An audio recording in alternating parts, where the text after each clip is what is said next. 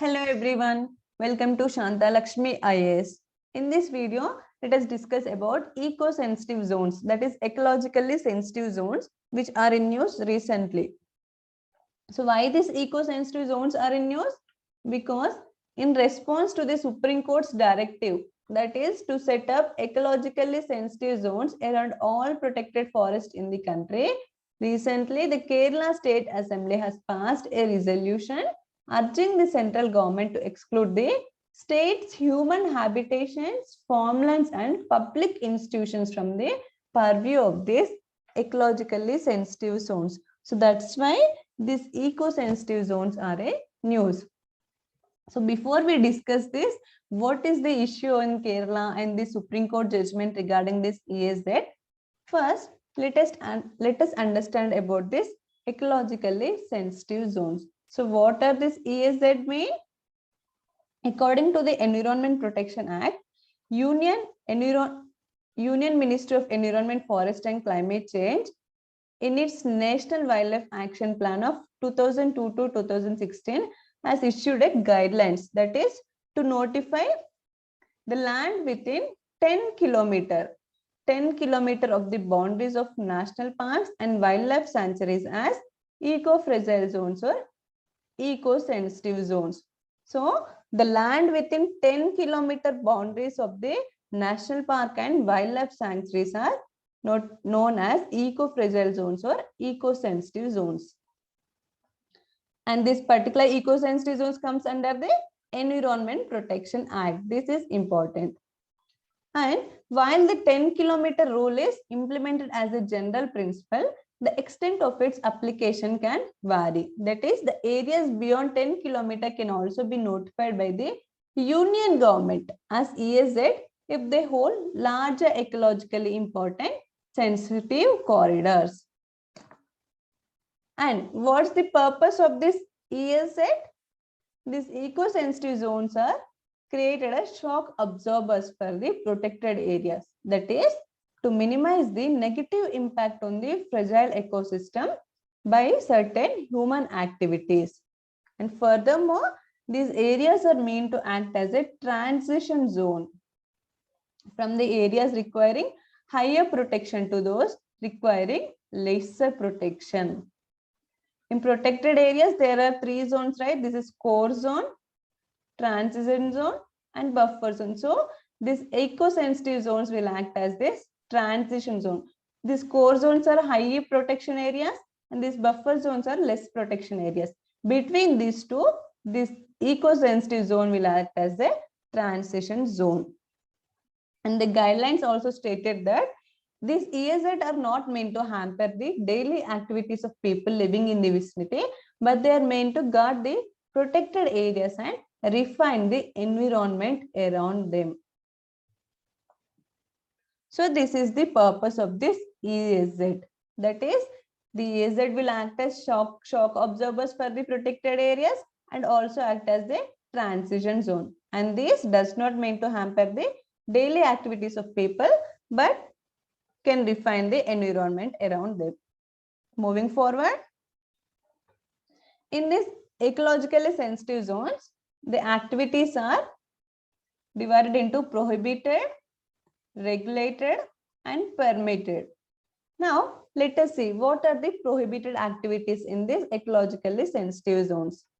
Commercial mining, sawmills, industries causing pollution, establishment of major hydroelectric projects, and commercial use of wood are prohibited. Along with that, tourism activities like hot air balloons over the national park, discharge of effluents, or any solid waste or production of hazardous substances is also prohibited. So these are the prohibited activities in the ESZ.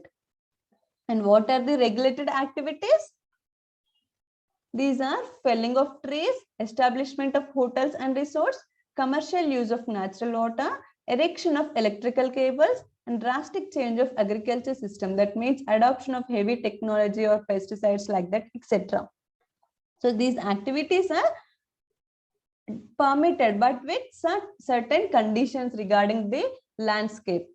So these are the regulated activities. And then comes the permitted activity. These are completely permitted. That is ongoing agricultural, horticultural practices, rainwater harvesting, organic farming, and use of renewable energy sources, and adoption of green technology for all activities. These activities are all permitted in the ESZ zone. And what is the significance of this ESZ creation? Will minimize the impact of developmental activities. It enhances the in situ conservation of the species, and it also minimizes forest depletion and man-animal conflict. And moving forward, and now so what is the SC judgment regarding this ESZ? In June, the Supreme Court has delivered a judgment regarding this ESZ. So what is the judgment? The Supreme Court directed that every protected forest, every protected forest, national park and wildlife sanctuary across the country should have a mandatory eco-sensitive zones of a minimum 1 kilometer starting from their demarcated boundaries. According to the ministry's guidelines, it is 10 kilometer and it is a generalized measure, right?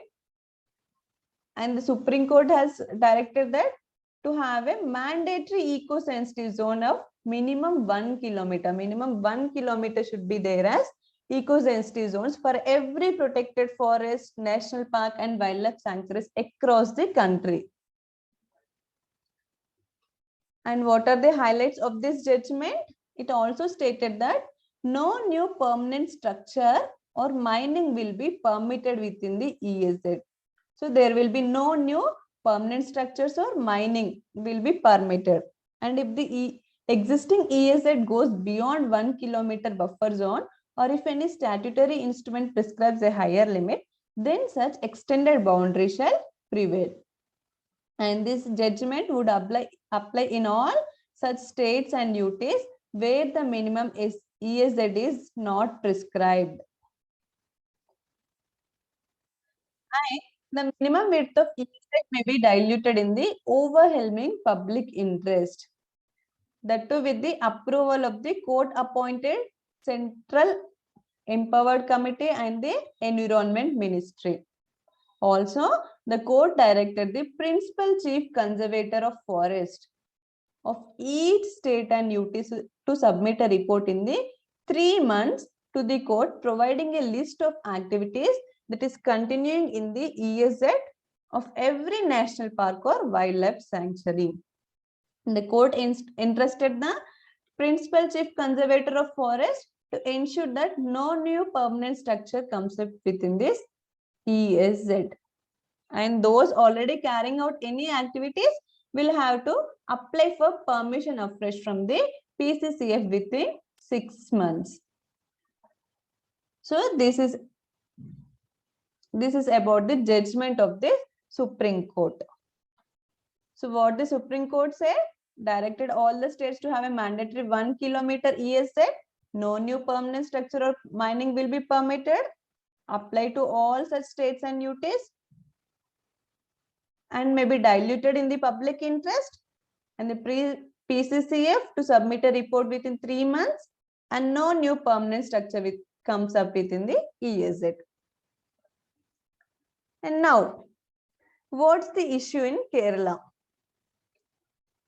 After the Supreme Court judgment has delivered, there were many protests in Kerala from the farmers group and political parties.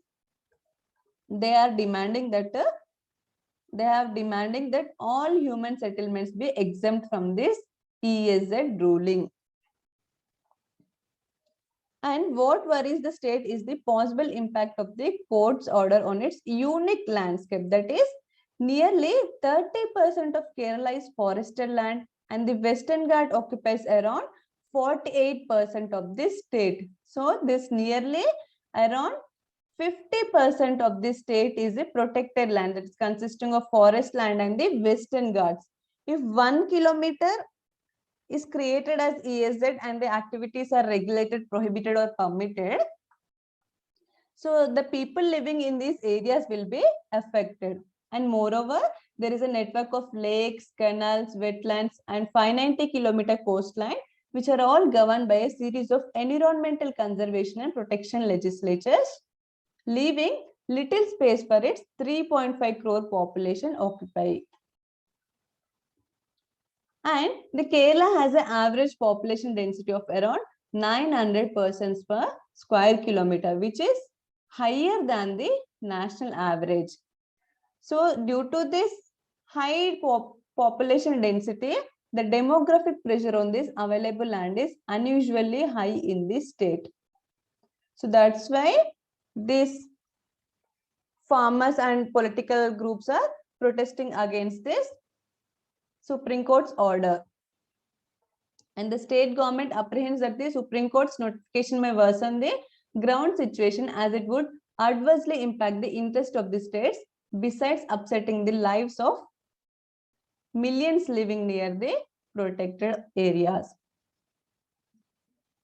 So due to the interest of this population living in the protected areas and its high density demographic pressure on the available land, recently Kerala State Assembly has passed a resolution urging the central government to exclude the state's human habitations, farmlands, and the public institutions from the purview of this eco-sensitive zones. So in this context, let us see some protected areas in this Kerala state.